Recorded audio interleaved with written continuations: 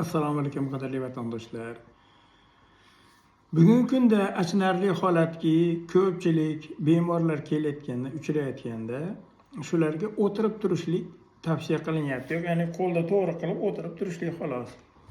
17 ga kiradimi, 16 ga kiradimi, 15 ga kiradimi, barchasini o'tirib turganda sizlarni mana buklangan joyi bo'lsa, qo'lda ko'rsatyapti. Bu tepasida, ichkari tomonda, yo o'ngda yo chapda quvvatsizlik sezilyapti. Bu yaxshi holat emas. Rasi ko'pda 4 taga boryapti xolos. Demak, qizlaringizni chiqarmoqchisizlar, o'g'illaringizni uylamoqchisizlar.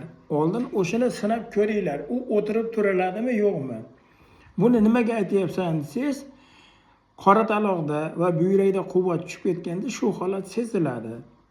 Seziladigan bo'lsa, u o'zi 4 marta yo 3 marta o'tirib turolmasa, u oila qurishga qanday yaraydi degan savol bo'lyapti. Bu barchasida kuzatilyapti.